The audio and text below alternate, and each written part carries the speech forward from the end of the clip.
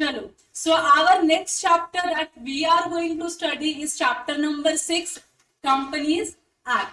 Companies act पे मैं बहुत काम करती हूँ, मेरी टीम जो पूरी है वो कंपनीज एक्ट के लिए है। So I prefer companies act more over any other act. तो इसके लिए जो आपका एलएलपी चैप्टर नंबर 5 है that I am skipping for the time being. Companies act खत्म करने के बाद we will start with the LLP act. There is a two purpose और टू रीजन बिहाइंड इट कि मैं ऐसा क्यों कर रही हूँ।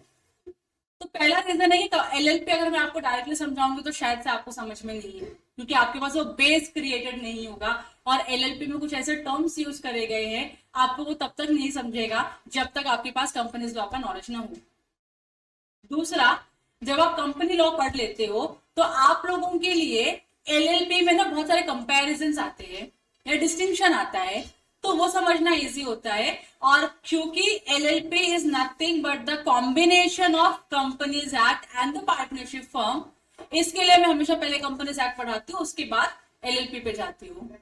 तो आप लोगों को भी इसी सीक्वेंस में पढ़ना है जब फर्स्ट टाइम आप पढ़ रहे हो। तो जैसे आपका एक बार का रीडिंग खत्म हो जाता है, क्लासरूम में पढ़ के हो जाता है, तो आपके पास चॉइस है, आपको जो पढ़ना है पहले वो पढ़ो।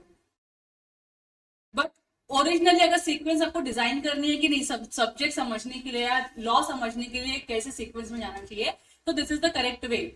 Partnership, company and then come for the LLP. ठीक है, वो आप रियलाइज करोगे when I start with the LLPs act.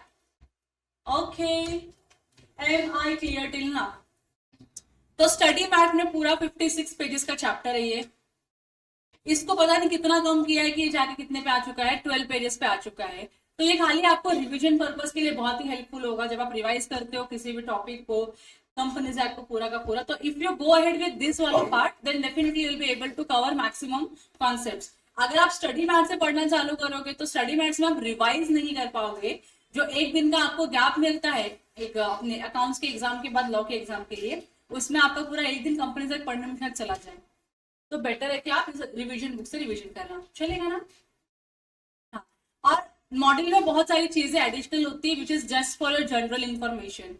Exam के टाइम पे आपको क्या चाहिए रहता है, एग्जाम पॉइंट ऑफ व्यू से जो कॉन्सेप्ट इंपॉर्टेंट है वो या जो रेलेवेंट है वो, जनरल इंफॉर्मेशन के लिए आप ज्यादा कंसर्न नहीं होते हो। इसके लिए we will directly start with this only. जब जब जरूरत पड़ेगी तो मेरे पास दोनों पीडीएफ हमेशा ओपन रहता है, तो मैं यहाँ से यहाँ डांस करते रहूंगी। तुमको भी वैसे तरीके से नाचना पड़ेगा कि हाँ इधर इधर इधर एग्जाम्पल इधर कॉन्सेप्ट है। ओके, चलो, कंपनीज एक्ट 2013। कंपनीज एक्ट जो है 2013 वाला, ये रिसेंट का नया लॉ है। अब ये भी चेंज होने वाला है, अगले 1-2 साल में चेंज होके कंपनीज एक्ट 2024, 25, 26 ऐसा कुछ आएगा। इसके पहले जो हमारे पास था दैट वाज कंपनीज एक्ट 1956। 1956 वाला कंपनीज लॉ जो है बहुत ही पुराना हो चुका था, और नए तरीके से बिजनेस जो हम कर रहे हैं और जो कंपनीज एक्ट का रूल्स एंड रेगुलेशन था वो मैच नहीं करता था। बहुत सारे चेंजेस आई है हमारे लॉ में, हमारे इकोनॉमी में, हमारे बिजनेस करने के प्रोसेस में या मेथड में, तो जिससे वो जो कंपनीज एक्ट 1956 था वो कोप अप नहीं कर पा रहा था। इसके लिए इसको हमेशा अमेंड करना पड़ता था। अमेंड मतलब चेंज करना, जो भी नए रूल्स है, नए रेगुलेशंस है, नया रिक्वायरमेंट है, उसके हिसाब से आपको लॉ को अमेंड करना पड़ता था। अच्छा, अमेंडमेंट अगर 2-5% का होता है, चेंजेस अगर 5-10% का होता है तो अग्रीड कर सकते हो उतना चेंजेस।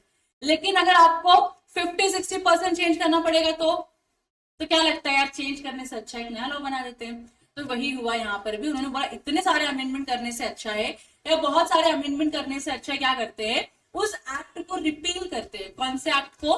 पुराने वाले एक्ट को, जो कंपनीज एक्ट 1956 था उसको रिपील करते हैं, और उसको रिपील करके एक नया लॉ लेके आते हैं। तो 2013 में एक नया लॉ आया था जिसका नाम है कंपनीज एक्ट 2013। तो ईयर क्या है इसका? 2013 में आया था ये कंपनी लॉ, इसके लिए इसका ईयर क्या है? Companies act 2013। अब आपके मॉड्यूल में भी ऐसा ही कुछ यहाँ पे बेसिक सा इंफॉर्मेशन लिखा रहेगा, ये थ्योरी लिखी रहेगी, इंट्रोडक्शन, कि companies law 2013 was preceded by the Companies Act 1956। मतलब 1956 के बाद जो लॉ आया वो क्या था? 2013 वाला लॉ था।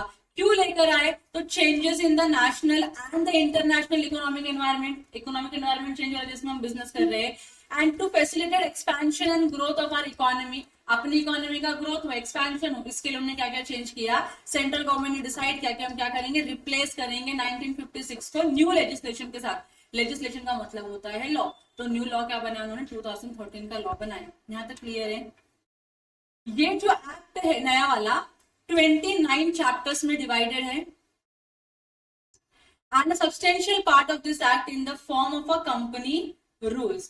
आपके जो एक्ट्स है ना, बहुत बार एक्ट्स को आपको, अभी तक आपने एक्ट एज सच एक्ट वाला एक्ट पढ़ा नहीं है, जो भी चीजें पढ़ा आपने बहुत ही जनरल चीजें पढ़ी है। Now onwards you will read the proper corporated और इनकॉर्पोरेटेड लॉज, जो बाकायदा पार्लियामेंट में पास हुआ है, चेंज हुआ है, पास हुआ है, चेंज हुआ है, और उसका प्रैक्टिकल इम्प्लीकेशन है। तो जब भी हम कोई एक्ट पढ़ते हैं ना, तो एक्ट अगर आप सिर्फ पढ़ोगे और आपको लगता है कि सब कुछ आ गया आपको, तो आपको बहुत सारी चीजें नहीं पता है। क्योंकि बहुत बार जो एक्ट है, जो लॉ है, उसमें बहुत सारी चीजें लिखी होती है, और उसमें वो चीजें होती है एज मे बी प्रिस्क्राइब।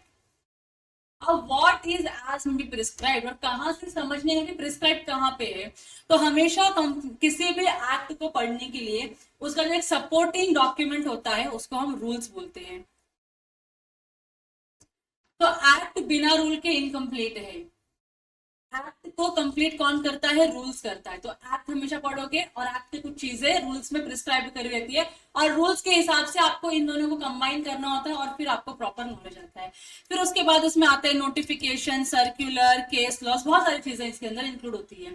तो अगर आपको 100% अंडरस्टैंडिंग लेना है कंपनीज एक्ट का, तो आपको मिनिमम इतना पढ़ना पड़ेगा। आपके एग्जाम में कितना है, सिर्फ ये वाला पार्ट है, और ये भी 100% नहीं है, 20 से 25% का सिलेबस तुम्हारे फाउंडेशन में। उसके आगे का पूरा सिलेबस जो है ना, आपको इंटर में पढ़ना है, that is in the form of your corporate loss, जो एक्चुअल में प्रैक्टिकली अप्लाई होता है कॉर्पोरेट्स में, वो आपको इंटर में पढ़ने के लिए मिलेगा। अभी क्यों है आपके सिलेबस में ये, ताकि आपका एक बेस बने कि कंपनी क्या होती है, एलएलपी क्या होती है, पार्टनरशिप क्या होती है, प्रोप्राइटरशिप क्या होती है, कंपनी बनती कैसे है, कंपनी में होते कौन है, मेंबर कौन, डायरेक्टर कौन, what is MOA, what is AOA. ये जो बेसिक अंडरस्टैंडिंग है ना, to make you familiar with this terminologies, आपके फाउंडेशन के सिलेबस में सारी चीजें हैं। जब आप इंटर में आओगे तो इसका एडवांस वर्जन ही आपको हमेशा पढ़ने के लिए मिलेगा, लोअर वर्जन पढ़ने की जरूरत नहीं है। तो यहाँ पे ही आपको क्लियर करना है आपकी कंपनीज लॉ का नॉलेज। कंपनीज एक्ट इंप्रूव करने के लिए भी एम करता है, कुछ चीजें इंप्रूव करनी है, जैसे कॉर्पोरेट गवर्नेंस, कॉर्पोरेट कैसे चलना चाहिए, कैसे रेगुलेट होना चाहिए, उसके लिए कॉर्पोरेट गवर्नेंस के बहुत सारे रूल्स बनाए हैं।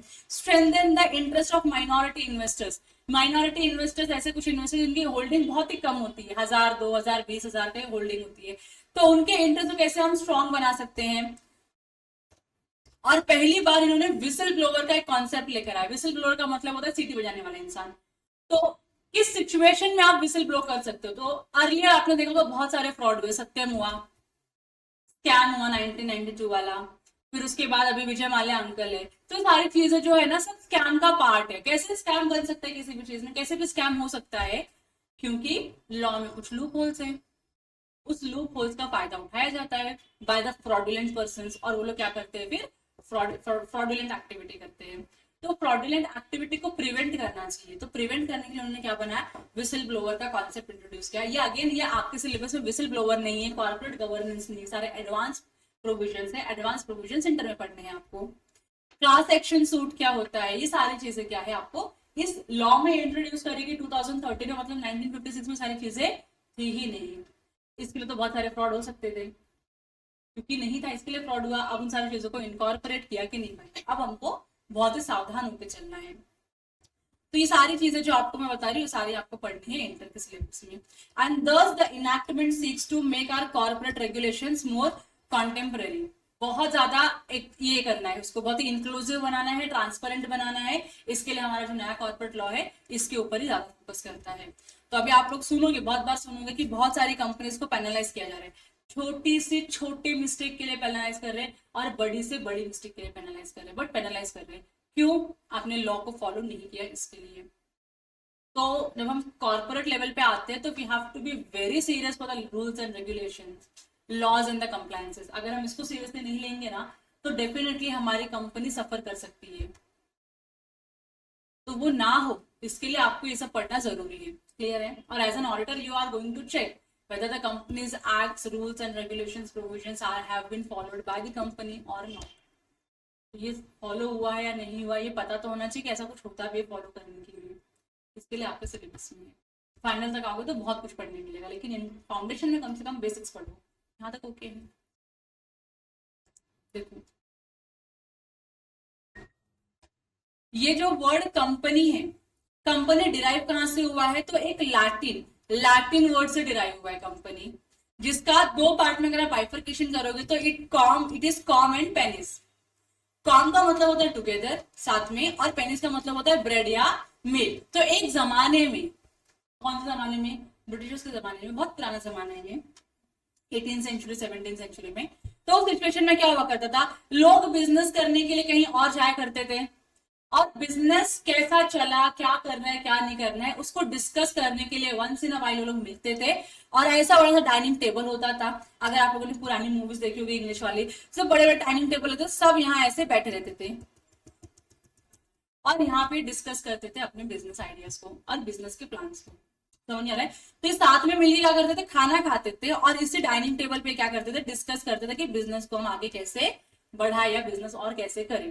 तो इस एक कॉन्सेप्ट से डिराइव हुआ है एक वर्ड कंपनीज, साथ में बैठ के खाना खाना, सिंपल टर्म में साथ में बैठ के खाना खाना, कंपनी बनाना। और आप कंपनी क्या समझते हो कि आपको कहीं जाना है, so you need a company of somebody so that with whom you can go somewhere, है ना? ये कंपनी होती है, फ्रेंड मिल जाए या किसी का साथ मिल जाए जहां से हम एक डेस्टिनेशन से दूसरे डेस्टिनेशन पे जा सके, बराबर की नहीं? तो ये सारी चीजें, तो कंपनी मिलना, कंपनी का सिंपल मीनिंग है साथ में आना और खाना खाना। और इस यहाँ पे टेबल पे सिर्फ आप खाना नहीं खाते हो, यू डिस्कस बिजनेस। सारे फैमिली मेंबर्स आएंगे और बिजनेस डिस्कस करेंगे, हमने क्या किया, कैसे किया, आगे क्या करनी है, ये सारी चीजें यहाँ पे हुआ करती थी। तो एक लैटिन वर्ड से कॉम प्लस पेनिस करके एक ऐसा लैटिन वर्ड थे जिसकी वजह से कंपनी ये वर्ड जो है एग्जिस्टेंस में आया। क्लियर है? इसका एकदम सिंप्लीफाइड मीनिंग जो कहीं पे लॉ, किसी लॉ में डिफाइन नहीं किया है। So it is a voluntary association of persons. Voluntary मतलब खुद की इच्छा से, एसोसिएशन मतलब group of persons. So it is a voluntary association of persons. तो आप लोगों ने वॉलेंटरीली मिलके ग्रुप क्रिएट किया है। क्यों किया है? Coming together for a common objective of earning profit. तो आप लोगों का एक बहुत ही जो कॉमन इंटेंशन है वो क्या है? प्रॉफिट कमाना। तो आप लोग क्या करते हो? साथ में आते हो। आप कुछ लोगों ने मिलकर एक ग्रुप बनाया है जिसका काम ही क्या है? बिजनेस कैसे करना है, प्रॉफिट कैसे अर्न करना है। इस ऑब्जेक्टिव से आप लोग सब लोग यहाँ पे क्या आते हो? साथ में आते हो। तो हम बोलेंगे आपने क्या बनाया है? कंपनी बनाया। समझ में आ रहा है? आप कंपनी, मैंने बोला आप आए, साथ में मिले, बिजनेस किया, आइडियाज डिस्कस किया और प्रॉफिट करना चालू किया। It is not a company, it has to be registered somewhere in the India, क्योंकि हम इंडिया की बात करें तो हम इंडिया में रहेंगे। तो इंडिया में कहीं ना कहीं तो ये रजिस्टर होना जरूरी है, तभी हम बोलेंगे कंपनी। अगर रजिस्टर नहीं है तो वी कैन नॉट से इट एज अ कंपनी। फिर ग्रुप ऑफ पर्सन होंगे तो पार्टनरशिप भी हो सकता है, क्लब भी हो सकता है, एसोसिएशन भी हो सकता है, it can be any organization but not a company. Company होने के लिए कुछ प्री रिक्विजिट्स है जो उसको फॉलो करने पड़ेंगे। अगर वो प्री रिक्विजिट्स अगर आपने फुलफिल किया तो आप कंपनी माने जाओगे, otherwise you will not be treated as a company. यहाँ तक क्लियर हो गया? मतलब बेसिक्स में मैंने आपको आइडिया दिया कि कंपनी क्या है, क्यों है। यहाँ तक ओके है? अब देखो कंपनी का ऑब्जेक्ट क्या है, ये हम लोगों ने स्टडी मैट से पढ़ लिया है। ये आपके लिए अभी रेलेवेंस नहीं रखता। अगर आपको, वैसे तो आपको ये पूछेंगे नहीं क्वेश्चन में, बिल्कुल नहीं पूछेंगे क्योंकि सारा इंटर का सिलेबस है। तो इंटर के सिलेबस के ऊपर क्वेश्चन यहाँ पे मोस्टली नहीं पूछेंगे, अभी तक पूछा नहीं, शायद आगे भी नहीं पूछे। बट एक बार रीड कर लेना कि कंपनी क्या होती है। तो मैंने आपको ऑलरेडी बता दिया कि कंपनी का ऑब्जेक्टिव क्या था। कंपनी का 2013 का ऑब्जेक्टिव क्या था। यहाँ तक ओके है? आप देखो किसी भी लॉ का स्ट्रक्चर होता है, यहाँ पे मैं आपको बकायदा सब कुछ बता सकती हूँ कि कैसे क्या होता है। स्ट्रक्चर कैसे होता है, जैसे अभी आप लोगों का बुक है, मॉड्यूल है, मॉड्यूल एक पर्टिकुलर सब्जेक्ट है, डिनोट करता। पेपर 2 आपका क्या है? वो बिजनेस लॉ का पेपर है। अब उसमें 100 मार्क का सिलेबस है। उसमें इंडेक्स में आपको 5 से 7 चैप्टर के नाम लिखे हुए, 7 चैप्टर है, सारे चैप्टर्स लिखे हुए। हर एक चैप्टर जब आप ओपन करते हो उसके अंदर कुछ ना कुछ पॉइंट्स मिलते हैं आपको, यूनिट मिलता है, यूनिट, बराबर की नहीं? तो आपका जो कंपनीज एक्ट है वो भी कुछ इस तरीके से ही डिफाइंड है कि उसमें चैप्टर्स होते हैं।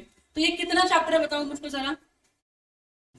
29, बराबर। तो टोटल 29 चैप्टर्स है कंपनी लॉ में। टोटल 29 चैप्टर्स है। इस 29 चैप्टर में 470 सेक्शन है। पहले बहुत ज्यादा 600 प्लस सेक्शन थे कंपनीज एक्ट 1956 में, इसको रिड्यूस कर दिया और 470 सेक्शंस आ गए हमारे मॉड्यूल में। और 7 शेड्यूल है। शेड्यूल मतलब कुछ चीजें, कुछ लिस्ट या फिर कोई एक्टिविटी इस शेड्यूल में प्रिस्क्राइब करी जाती है। तो इन तीनों को मिला के एक कंपनीज एक्ट का स्ट्रक्चर बना है। एक कितना 29 चैप्टर्स है, 470 सेक्शंस है और 7 शेड्यूल है कंपनीज एक्ट में। अब कंपनी लॉ को एडमिनिस्टर कैसे करते हैं वो यहाँ पे लिखा, तो सेंट्रल गवर्नमेंट की लॉ है ये। लिस्ट नंबर 3 में लिखा हुआ है कंपनीज एक्ट के ऊपर कंपनीज के ऊपर रेगुलेशंस बनाना। एमसीए जो है इसको डील कर दिया, एमसीए इसकी मैटर पूरे हैंडल करती है। मिनिस्ट्री ऑफ कॉर्पोरेट अफेयर्स पढ़ा है, लोगों ने पढ़ा है ना इसको, चैप्टर नंबर 1 में आपके। इसमें आरडी होते हैं, इसमें आरओसीज होते हैं और इसमें एनसीएलटीज होती है। तो ये सारे अलग अलग क्या है, डिविजन्स है, अलग अलग डिपार्टमेंट्स है जो अलग अलग मैटर्स में डील करते हैं।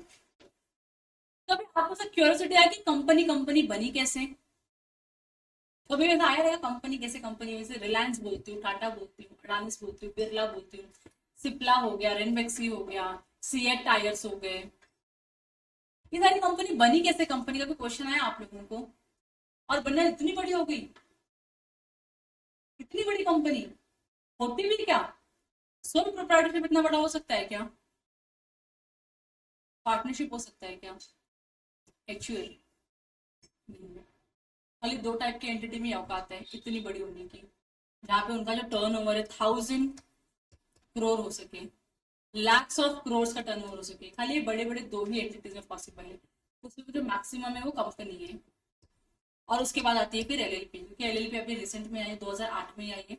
तो एलएलपी का ज्यादा मार्केट में नाम अभी तक नहीं है, लेकिन स्टिल बहुत सारा प्रोग्रेस हुआ है एलएलपी में भी। तो ये तो टाइप की जो एंटिटी है ना, लोगों का बहुत ट्रस्ट होता है इसके ऊपर। आप कंपनी बना लो और कंपनी के नाम पे आपको जो करना है करो, but it should be legal. मैं तो बोलूंगी जो करना है वो करो, तुम कुछ भी करके आओगे, ड्रग्स बेचना चालू करोगे कंपनी में, इलीगल नहीं। लीगल ट्रांजैक्शंस के लिए आपने क्या किया है, कंपनी बनाया है। समझ में आ रहा है। तो ये बनती कैसे है, बनने के बाद कंप्लायंस क्या करने होते हैं, कंप्लायंस करते कैसे हैं, कहाँ से होता है, कौन रिस्पॉन्सिबल है करने के लिए, और अगर बंद करना हो तो बंद कैसे करते हैं, आईपीओ लाना है तो आईपीओ कैसे लेके आ सकते हैं। आईपीओ मतलब एक बार पैसे उठाने मार्केट से, मुझे और पैसे उठाने, अब कैसे उठाऊंगी मैं पैसे। एफपीओ, एफपीओ आता कैसे है, शेयर की वैल्यू डिसाइड कैसे होती है, क्यों आज 1000 रुपीज और 1200 रुपीज है किसी भी एक कंपनी के शेयर का प्राइस, मार्केट प्राइस, क्यों 1200 है, क्यों 1500 है, क्यों 10 रुपए के शेयर को लोग 12,000 में या 10,000 में खरीदने के लिए तैयार होते हैं, क्यों। कुछ तो होगा ना उस कंपनी में, कुछ तो मतलब इतने साल से कंपनी एग्जिस्ट कर रही है, इतना अच्छा बिजनेस कर रही है, लिस्ट कर लिया उसने अपनी सिक्योरिटी, तो something has to be there.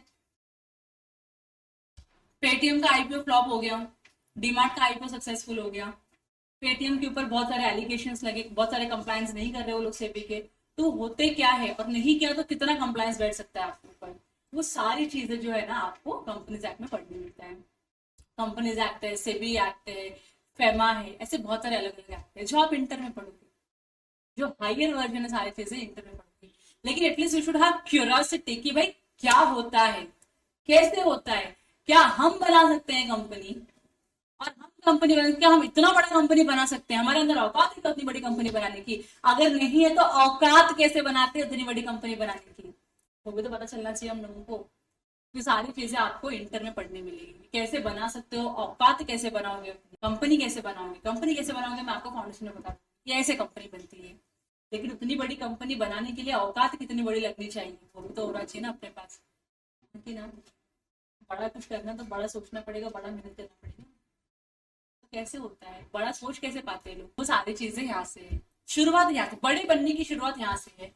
तो बड़ा बनने का जो माइनर स्टेप है, जो स्टेप 1 है, that is to have a company in your hand. Company है तो आप आगे बहुत सारी चीजें बड़ी बड़ी कर सकते हो, कंपनी नहीं है तो you will die as a sole proprietary concern only. चाहते हो सोल प्रोप्राइटर बन के मरना। आज जमशेदजी टाटा को सब लोग याद करते हैं कि नहीं याद करते, धीरू भाई अंबानी को याद करते हैं कि नहीं, क्यों याद करते है क्या वो लोग जिंदा है क्या, नहीं। लेकिन क्या उनकी कंपनियां जिंदा है ना, तो कैसे जिंदा रहेगी कंपनी उनकी, वो मरे तो उनके साथ उनकी कंपनी भी मरनी चाहिए थी ना, बराबर की नहीं। कैसे कैसे 150 साल की कंपनी हो सकती है, how can it be possible ना? एक इंसान 150 साल का नहीं हो सकता, 150 छोड़ो 100 साल का नहीं हो सकता। How a company can be of 150 years? तो ये जो सारे जो आपके अंदर क्यूरियोसिटी नहीं है, मैं डालने का थोड़ा थोड़ा ट्राई कर रही हूँ, जो सारी चीजें हैं वो कहाँ से आती है? इन सब चीजों को भी, बड़ी बड़ी चीजों को पढ़ने से आती है। ये आप पढ़ोगे तो यू कैन थिंक, पढ़ोगे ही नहीं तो आएगा ही नहीं आइडिया आपके दिमाग में। समझे आप लोगों को? Do you want to become an employee of any organization? Employee बन के जिंदगी काटनी है? वो 9 to 5 वाली जॉब करनी है क्या? और दिन भर अपने ऑफिसर को, बॉस को गाली देनी है क्या कि ये संडे को भी बुला लेते हैं, सैटरडे को हाफ डे नहीं देते? करना है क्या आप लोगों को ऐसा? नहीं। Do you want to become a boss of your own life and the own business? हाँ, तो उसके लिए आपको ऐसे सब कुछ बड़ा स्टेप लेना पड़ता है। समझ में आ रहा है? रिस्क बड़ी होती है। Higher the risk, higher the return. ज्यादा रिस्क लोगे, ज्यादा रिटर्न्स मिलेंगे। Lower the risk, lower the return. फिर लोअर में सेटिस्फाई हो जाने का कि भाई अपने औकात के बाहर है इन सब चीजों को करना, अपन ये सब करेंगे नहीं। ऐसा है क्या तुम लोग? If you are a CA student then you are not a ordinary person. तुम लोग एक्स्ट्रा ऑर्डिनरी हो। वो एक्स्ट्रा ऑर्डिनरी तुम नॉलेज में मत रखो, उसको एक्चुअली प्रैक्टिकल लाइफ में उतारो और उसको यूटिलाइज करो और बड़े इंसान बनो, ताकि जब तुम लोग मरोगे ना तो देश होना चाहिए। देश नहीं कहूंगा, स्टेट तो रोए तुम्हारे लिए कि हाँ इतने इतने बड़े स्टेट के पर्सन थे कि पूरा स्टेट रोया इनके लिए। लेकिन बिग ड्रीम, बड़ा सोचो, बड़ा बड़ा बनने का ख्वाब देखो, तो शायद स्टेट तक पहुंचोगे। स्टेट तक पहुंचोगे तो शायद लोकल लोकल लेवल पे ही मर जाओगे, और लोकल वाले ही रो पाएंगे, खाली ज्यादा लोग रो नहीं पाएंगे।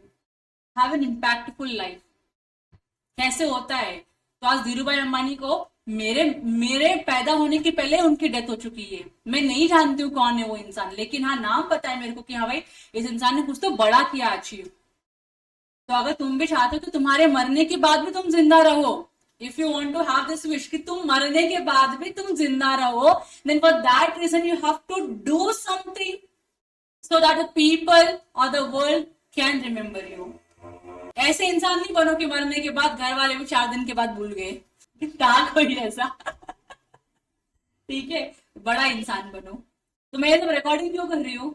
मैं मर जाऊंगी एक समय के बाद, मैं जिंदा नहीं रहेगी सब बोलने के लिए। हाँ, कम से कम मेरा रिकॉर्डिंग रहेगा, तो लोग शायद तब तक फेमस हो जाऊंगी, तब तक लोगों को पता चलेगा ऐसी कोई औरत थी या लड़की थी जो पढ़ाती थी। आज मर गई लेकिन लेक्चर्स के थ्रू वो जिंदा है। सदगुरु की कल डेथ हो जाएगी अगर, तो डू यू थिंक सदगुरु गायब हो जाएंगे, वैनिश हो जाएंगे? पूरी वर्ल्ड में किसी को पता नहीं सदगुरु कौन है, पूरी दुनिया रोएगी उनके लिए, because is that personality.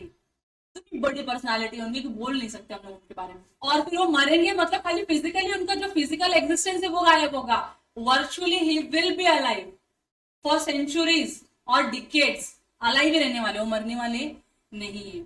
Sachin Tendulkar, उनकी डेथ होने के बाद उनको कोई भूल नहीं जाएगा, ही विल बी ऑलवेज रिमेम्बर्ड कि भाई एक ऐसा इंसान तो था क्रिकेट को जो ऊपर लेकर आया। Mahendra Singh Dhoni, nobody can forget this kind of personality. समझ रहे आप लोगों को? तो you also have to become one of them. Neeraj Chopra, कैसे भूल जाऊं ना उसको मैं तो। सुनील सर ने, मेरे को प्रोनाउंस करने नहीं आता है, छत्री ऐसा कुछ तो सर ने में उनका। Nobody can forget this kind of personality. क्यों? उन्होंने कुछ तो देश के लिए किया है जिसके लिए देश उनको याद कर रही है। तो ऐसे या तो ऐसे, जैसे जब बनता है तुमसे तुम वैसे करो, लेकिन कुछ तो अच्छे इंसान बनो। ऐसा इंसान बनो कि लोग तुमको याद करें, और याद करके रोए कि आज हमारे जिंदगी में एग्जिस्ट नहीं कर रही है लोग। Apart from everything, section number 1, section number 1 is all about applicability of the companies act 2013। तो कंपनीज एक्ट का जो टाइटल है ये शॉर्ट टाइटल है। क्यों शॉर्ट टाइटल है? क्योंकि जब कंपनीज एक्ट पढ़ते तो वी डोंट अंडरस्टैंड कि why are we studying this act. तो उसमें बहुत सारी चीजें, इनकॉर्पोरेशन से लेके क्लोजिंग ऑफ द कंपनी, सब कुछ इसके अंदर इंक्लूडेड है। लेकिन हमको पता है क्या? नाम पढ़ने से समझ में आया क्या? नहीं। तो ये क्या है? आपका शॉर्ट टाइटल है। क्लियर हो गया? सेकेंड, पूरी की पूरी इंडिया के ऊपर एप्लीकेबल है, मतलब इंक्लूडिंग जम्मू एंड कश्मीर के excluding Jammu and Kashmir? Including है, क्योंकि Jammu and Kashmir is a part of commencement. कब से आया ये एक्ट? 30 अगस्त 2013, मतलब 30 अगस्त को इसका बर्थडे आता है। याद रखो। कितने साल का हो गया कंपनी अभी तक? ये कंपनी से कितने साल का हो गया? 2013 में आया, 2024 चल रहा है, कितना साल हो गया? 11 साल बराबर की नहीं, डिकेड हो गया इसको भी आके, डिकेड हो गया कंपनीज अकाउंट। तुम एक डिकेड की बात पढ़ रहे हो कंपनीज एक्ट, कितने पीछे हो तुम लोग, देखो। अब नया कंपनीज एक्ट आएगा, तुम लोग नया वाला पढ़ना। अब एप्लीकेबिलिटी लिखा है कि कौन कौन से ऑर्गेनाइजेशन के ऊपर कंपनीज एक्ट लगेगा। तो यहाँ पे ये 6 कुछ ऑर्गेनाइजेशन है। तो पहले तो उन्होंने कवर किया है कंपनीज को ही, कि जो कंपनी लॉ 2013 में इनकॉर्पोरेट हुई है या कोई दूसरे प्रीवियस कंपनी लॉ में इनकॉर्पोरेट हुई है, उन सब के ऊपर क्या होगा, ये एक्ट एप्लीकेबल होगा। या तो दिस एक्ट है मतलब 2013 वाला, या any previous company law. Any previous company law मतलब 1956 के भी जो पहले वाला लॉ था, दैट वाज 1913, और उसके पहले जो 18 के ईयर्स का जो भी लॉ था, वो सब क्या होगा, इसके अंदर इंक्लूड होगा। मतलब अगर आपने 2000 नहीं 1914 में अगर कोई कंपनी बनाया रहेगा, तो इस कंपनी के ऊपर भी कंपनीज एक्ट 2013 एप्लीकेबल होगा। यहां तक क्लियर होगा? 2056 में कंपनीज एक्ट था, सॉरी 1956 में कंपनीज एक्ट था। आपने 1956 में ही कंपनी बनाया, उसके ऊपर भी क्या होगा, कंपनीज एक्ट 2013 एप्लीकेबल होगा। मतलब any previous company law matter नहीं करता, किसी भी कंपनी लॉ में जाओ, जिनके ऊपर वो कंपनी लॉ एप्लीकेबल था, उनके ऊपर कंपनीज एक्ट 2013 भी क्या होगा, एप्लीकेबल होगा। पहला पॉइंट क्लियर है। दूसरा बोलता है insurance company. Do you know what is insurance company? Insurance company वो कंपनी जो इंश्योरेंस बेचते हैं और आपको डराते हैं। क्या आपको पता है आपके मरने के बाद आपके परिवार का क्या होगा? फोन करते हैं ना ऐसा और डरा देते हैं। कभी आपने सोचा है कि आपके मरने के बाद आपके परिवार का क्या होगा, कैसे जी पाएंगे बेचारे? यस। तो ये इंश्योरेंस कंपनी जो इंश्योरेंस बेचती है, ठीक है। तो इंश्योरेंस कंपनी क्योंकि कंपनी है, तो इसके ऊपर कंपनी लॉ लगेगा ही लगेगा। प्लस इसका एक अपना खुद का लॉ है। अपना खुद का लॉ क्या है? इंश्योरेंस एक्ट और IRDA, insurance regulation and development और डेवलपमेंट अथॉरिटी, ऐसा करके एक एक्ट का नाम है 1999 का। इनके ऊपर भी क्या है, एप्लीकेबल है। तो इंश्योरेंस कंपनी के ऊपर 2 लॉ एप्लीकेबल होता है। एक तो उनका खुद का लॉ, घर वाला लॉ जो घर वालों ने बनाया कि IRDA एक्ट फॉलो करेगा, और दूसरा because you are a company, तो कंपनी लॉ भी क्या होगा, आपके ऊपर एप्लीकेबल हो जाएगा। ये क्लियर हो गया। Third, banking company. बैंक भी तो एक टाइप की कंपनी होती है। Bank is a type of a company. अब जब बैंक कंपनी है तो बैंक के ऊपर कंपनी लॉ तो लगना ही है। उसके साथ क्योंकि बैंक सिर्फ कंपनी नहीं है, वो बैंकिंग एक्टिविटी करती, थोड़ी सी अलग होती है बाकी कंपनी से, तो उनके ऊपर क्या लगेगा, बैंकिंग रेगुलेशन एक्ट भी लगेगा। यहां तक क्लियर है? 3 चीजें। तो companies engage in the generation और सप्लाई ऑफ इलेक्ट्रिसिटी। जो कंपनी इलेक्ट्रिसिटी सप्लाई कर जिसको यूज करके आज क्लासरूम का लेक्चर ले पा रहे हैं क्लासरूम में, तो ऐसी ऑर्गेनाइजेशन है, ऐसी कंपनी जो इलेक्ट्रिसिटी जनरेट करती है और उसका सप्लाई या डिस्ट्रीब्यूशन करती है, उनके ऊपर भी कंपनीज एक्ट एप्लीकेबल है। प्लस उनके ऊपर क्या है, इलेक्ट्रिसिटी एक्ट भी एप्लीकेबल है। समझ में आ रहा है? उसके बाद ऐसी कोई भी कंपनी जिसको स्पेशल एक्ट गवर्न करता है। स्पेशल एक्ट मतलब उनके लिए एक स्पेशली अलग सा एक्ट बनाया गया है जो कंपनी फॉर्म में ही है, तो उनके ऊपर भी क्या होगा, कंपनीज एक्ट एप्लीकेबल होगा। प्लस वो स्पेशल एक्ट भी एप्लीकेबल होगा। तो स्पेशल एक्ट कैसे मालूम पड़ता है कि स्पेशल एक्ट है? बुक बंद करो अपनी, सब लोग मॉड्यूल बंद करो अपनी, फ्रंट पेज ऐसा ऊपर रखो, मतलब फ्रंट साइड ऊपर रखो, रखा? नीचे पढ़ने मिल रहा है कुछ? तो क्या लिखा है? पार्लियामेंट स्पेशल एक्ट के लिए special ICAI act special act, तो उनके ऊपर ICAI का भी रेगुलेशन है और कंपनीज एक्ट का भी रेगुलेशन होगा, तो एप्लीकेबल। ठीक है। और लास्ट में क्या लिखा है, such body corporate which are incorporated by any act. ऐसा कोई भी बॉडी कॉर्पोरेट जो किसी और एक्ट में एप्लीकेबल हुआ और गवर्नमेंट को लगता है कि नहीं, इसको भी इस ऑर्गेनाइजेशन को ऊपर भी क्या लगना चाहिए, कंपनीज एक्ट लगना चाहिए, तो उनको नोटिफिकेशन के थ्रू क्या करेगी, उनके ऊपर गवर्नमेंट कंपनीज लॉ एप्लीकेबल कर देगी। यहाँ तक क्लियर है?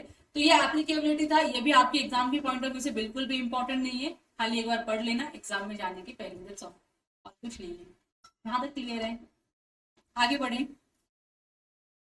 अब कंपनी का दिया है डेफिनेशन।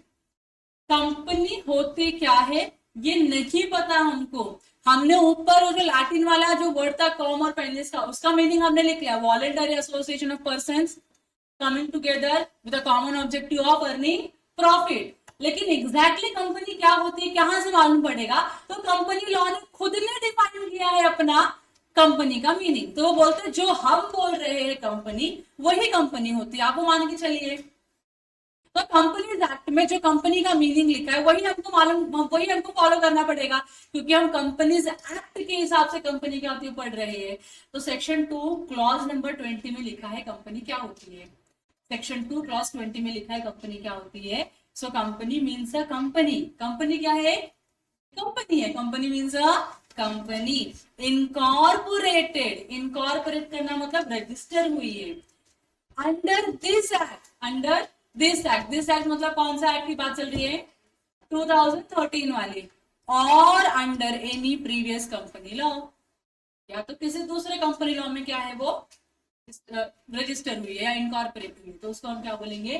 कंपनी बोलेंगे। बहुत अच्छा मीनिंग लिया है ना? तो तुमको समझ में आ गया ना कंपनी क्या होती है? समझ गया? बताओ क्या लिखा है? Company means a company incorporated under this act or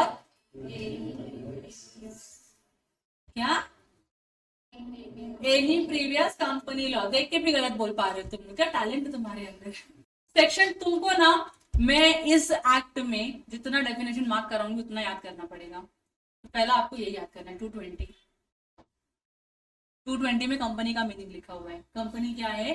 company एक कंपनी है जो इनकॉर्पोरेट हुई है या तो इस एक्ट में या तो किसी प्रीवियस एक्ट में। समझ में आ रहा है? तो इसको हम बोलते हैं कंपनी। अब जब हम ये एक लाइन का डेफिनेशन पढ़ते तो हमको सच में नहीं पता कि एग्जैक्टली कंपनी क्या है, क्योंकि तुम्हारे मीन्स के डेफिनेशन में लिखा है कंपनी मीन्स अ कंपनी। वही तो हम पढ़ने का ट्राई कर रहे हैं, वही तो हम समझने का ट्राई करें कंपनी कौन है, कंपनी क्या है। How can you understand this is a company, this is not a company.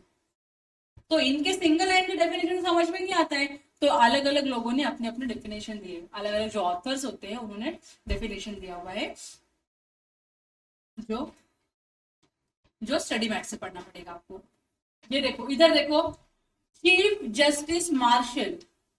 जो जस्टिस मार्शल भैया है वो क्या बताते हैं कि कंपनी क्या होती है। वो बोल रहे हैं कंपनी क्या है? कॉरपोरेशन है। लो भाई, तो और कंफ्यूज करते, कंपनी क्या है? कॉरपोरेशन है। Is an artificial being. एक ऐसा कॉरपोरेशन है या एक ऐसा कॉरपोरेट है जो आर्टिफिशियल है। तुम लोग आर्टिफिशियल की नेचुरल? नेचुरल में एलिट गुरुकुल आर्टिफिशियल, बराबर ना? समझ में आता ना? नेचुरल मतलब वो जिसके 2 हाथ, एक नाक, मुंह, कान सब कुछ है, वो नेचुरल है, जो बाय नेचर वो आता है एग्जिस्टेंस में। और आर्टिफिशियल वो जिसको आप लॉ के थ्रू क्या करते हो? एग्जिस्टेंस में लेके आते हो। तो रोबोट आर्टिफिशियल लेकिन नेचुरल है। चिट्टी चिट्टी वो मूवी में रोबोट वाली आर्टिफिशियल है, किसी ने तो उसको बनाया तो वो एग्जिस्टेंस में आया, वरना खुद से आता क्या एग्जिस्टेंस में? नहीं आता। So a corporation is an artificial being, एक आर्टिफिशियल पर्सन है, इनविजिबल। क्या तुमको कंपनी दिखती है? दिखती है कंपनी कैसी है? हैंडसम है, काली है, गोरी है, मोटी है, पतली है, लंबी, छोटी, दिखती है क्या तुम लोगों को? नहीं। तो ये क्या है? इनविजिबल है, आप उसको देख नहीं सकते हो। तो बोलोगे ना सर ये क्या, ये तो कंपनी है ना। कंपनी का ऑफिस है, कंपनी नहीं। कंपनी यहाँ पे एग्जिस्ट करती है, लेकिन कैसे एग्जिस्ट करती है नो बडी नोस। तो वो क्या है? इनविजिबल है। यहां तक क्लियर हो गया? थर्ड, इनटेंजिबल है, उसको आप टच करके फील नहीं कर सकते कि ये कंपनी है। यहाँ पे इंटेंजिबल, पता नहीं इंटेंजिबल क्या होता है? Which can not be and existing only in the contemplation of law. जो लॉ के आई में ही एग्जिस्ट करते हैं, मतलब लॉ बोलता है मेरे को दिख रही है कंपनी। क्या तुमको दिख रही है कंपनी? तो तुमको क्या करना पड़ेगा? हाँ ही बोलना पड़ेगा। लॉ ने जब बोल दे कंपनी दिख रही है तो तुम ना कैसे बोल सकते हो ना? तो वहां पे कंपनी होती ही है। तो इतना आपको समझ में आया कि चीफ जस्टिस मार्शल भैया क्या बोल रहे हैं? मार्शल भैया ये बोल रहे हैं कि कंपनी क्या है? कॉर्पोरेशन है, एक आर्टिफिशियल बीइंग है जो इनविजिबल है, इंटेंजिबल है और खाली लॉ की आंखों में ही एग्जिस्ट करती है, तुम्हारे और मेरी आंखों में नहीं। यहां तक क्लियर हो गया? उसके आगे being a mayor creation of law, क्योंकि ये जस्ट लॉ के थ्रू क्रिएट हुआ है, It possesses only those properties which are charter of its creation confers upon it, either expressly or as accidental to its very existence. तो इसको वही सारे rights है, वही सारे इसके कैरेक्टर्स हो सकते हैं जो लॉ इसके ऊपर इम्पोज करेगा, जो लॉ एक्सप्रेसली बताएगा कि ये तेरे राइट्स है, ये तेरी लाइबिलिटीज है, उसके अलावा इसको और कुछ नहीं था है। यहाँ तक क्लियर हो गया। ये किसने बोला था? मार्शल भैया ने बोला था। मार्शल भैया का पूरा नाम क्या है? Chief marshal. अब सेकंड पर्सन है। देखो तुम्हारे इकोनॉमिक्स में बहुत ऐसे लोग होते हैं ना, एक डेफिनेशन किसी ने दिया, फिर उसको कॉन्ट्राडिक्टरी करके कोई दूसरा जो इकोनॉमिस्ट होता है वो नया डेफिनेशन देता है, तो बच्चे कंफ्यूज है किसका पढ़ने का, किसका सही किसका गलत है। तो सब लोग अपने अपने जस्टिफिकेशन देते हैं कि मेरा डेफिनेशन क्यों सही है। Same goes with here. Definition अगर किसी पर्सन ने दिया तो हमेशा कॉन्ट्राडिक्ट होगा कि मेरे हिसाब से कंपनी होती है। तो यहाँ पे प्रोफेसर हैनी है, हैनी भैया भी क्या बोलते हैं कि ये क्या है? कंपनी है। उनके हिसाब से क्या कंपनी है? Is an incorporated association. ये एक ऐसा एसोसिएशन है जिसको हमने इनकॉर्पोरेट किया, मतलब जिसको हमने क्या किया है? रजिस्टर किया है। तो एक रजिस्टर्ड एसोसिएशन है। एसोसिएशन इज अ ग्रुप, बराबर की नहीं? Which is an artificial person created by law. ये भी यही बता रहे कि आर्टिफिशियल पर्सन ही है जिसको लॉ ने क्रिएट किया है, बराबर। Having a separate entity. ये क्या है? एक सेपरेट एंटिटी। एंटिटी पता है ना आप लोगों को क्या होता है? Types of organisation. तो ये भी क्या है? एक सेपरेट ऑर्गेनाइजेशन है विथ अ परपेचुअल सक्सेशन। इन्होंने एक नया वर्ड ऐड कर दिया भारी भरकम, perpetual succession. What is perpetual succession? Longer life. Existence इसका अनलिमिटेड है, मतलब ये इनफाइनाइट है। समझ में आ रहा है आप लोगों का? एग्जिस्टेंस में। And common seal. Common seal मतलब इनका क्या होता है? स्टैंप होता है। कॉमन सील मतलब इनका क्या है? स्टैंप है। तो प्रोफेसर हैनी भैया बता रहे हैं कि company is an incorporated association which is artificial person created by law having separate entity with perpetual succession and common seal. Stamp मारने का। कंपनी के मेंबर मर जाएंगे तो भी कंपनी को कुछ फर्क नहीं पड़ता है, कंपनी जिंदा रहेगी, कंपनी चलती रहेगी ड्यूरासेल की बैटरी की तरह। हाँ, अब ये जो भैया है ना जिन्होंने डेफिनेशन दिया है, इन भैया ने डेफिनेशन में ना पूरा फीचर बता दिया कंपनी का। मतलब इनका डेफिनेशन का फीचर डेफिनेशन ज्यादा हो गया है कि हाँ भाई कंपनी में ये होता है, ये होता है, ये होता है। अगर किसी भी एंटिटी में ये सारी चीजें है तो हम क्या बोलेंगे? ये क्या है? कंपनी है। अब इन्होंने बताया लेकिन लेकिन लेकिन जो एक्ट है कंपनी को थोड़ा सा अलग तरीके से डिफाइन करता है। कैसे डिफाइन करता है? थोड़ा सा अलग तरीके से। वो अलग तरीका क्या है? सेक्शन 220 बोलता है company means a company incorporated under this act और under any previous company law. तो ये कंपनीज एक्ट के डेफिनेशन में लिखा है कि कंपनी ये होती है। बाकी जो दो लोगों ने डेफिनेशन दिया उनका डेफिनेशन थोड़ा सा अलग था। यहाँ तक क्लियर हो गया? तो आपको इसमें अभी पूरा पढ़ना ही है कि कंपनी क्या होती है, कंपनी को कब कंपनी मानेंगे, कंपनी को कब कंपनी नहीं मानेंगे। आपको जनरली जो बाकी के जो ऑथर्स हैं उन्होंने जो डेफिनेशन दिया जनरली वो याद करने की जरूरत नहीं है, लेकिन ये डेफिनेशन आपको याद करना पड़ेगा कंपनी क्या होती है। यहाँ तक क्लियर है? अब कंपनी क्या होती है, अगर किसी भी एंटिटी में ये फीचर्स होंगे तो हम बोलेंगे ये कंपनी है। पहला क्या है? आर्टिफिशियल पर्सन होनी चाहिए, मतलब उसको हमने क्रिएट नहीं किया है, सॉरी उसको वो नेचुरली एग्जिस्टेंस में नहीं आया है, उसको लॉ ने क्रिएट किया और एग्जिस्टेंस में लेकर आया। दूसरा क्या होना चाहिए? Separate legal entity.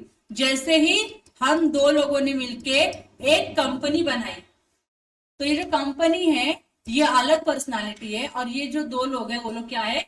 अलग पर्सनालिटी है। मतलब जिन्होंने कंपनी बनाया कंपनी के ओनर होते हैं, लेकिन कंपनी अपने आप में नहीं होते। So these two person are not equal to company. Sole proprietor में होता है कि सोल प्रोप्राइटर है वो जो उसका बिजनेस है वो इक्वल होता है, sole proprietor is same as is business. Company में ऐसा नहीं होता है। कंपनी बोलते नहीं भैया तुम अलग रहोगे, मैं मेरा अलग रहेगा। बनाया तुमने, अग्री करता हूं, लेकिन तुम मुझसे बहुत अलग हो। तुम नेचुरल पर्सन हो, मैं आर्टिफिशियल पर्सन हूँ। तुम मर सकते हो, मैं नहीं मर सकता। समझ में आ रहा है आप लोगों को? तो ये क्या है? सेपरेट लीगल एंटिटी है। तो एक अलग सा फॉर्म ऑफ ऑर्गेनाइजेशन क्रिएट होता है जिसको हम कंपनी बोलते हैं। परपेचुअल सक्सेशन होता है, लाइफ लॉन्ग इनका क्या रहेगा? एग्जिस्टेंस रहेगा, कभी भी खत्म नहीं होगी। इसने क्योंकि बना है लॉ के थ्रू तो ये बंद भी किसके थ्रू होना चाहिए? लॉ के थ्रू ही होना चाहिए। इंसान मर गया तो कंपनी बंद हो गया, ऐसा नहीं होता है। शेयर होते हैं कंपनी में जो ट्रांसफरेबल होते हैं, कंपनी का अपना स्टैंप होता है खुद का, कंपनी के पास राइट है स्यू करने का। क्या एक नॉर्मल इंसान के पास राइट है स्यू करने का? है ना, कंपनी के पास भी है। क्या कोई नॉर्मल इंसान कंपनी के ऊपर केस कर सकता है? क्या एक इंसान कंपनी के ऊपर, तो क्या कंपनी किसी इंसान के ऊपर? दोनों से capacity to sue and be sued दोनों अवेलेबल है। ओनरशिप और मैनेजमेंट अलग अलग होता है। कंपनी के ओनर अलग होते हैं, कंपनी के मैनेजर अलग होते हैं। मतलब चलाने वाले कोई और है, पैसे देने वाले कोई और, दो अलग अलग पर्सनैलिटी होती है।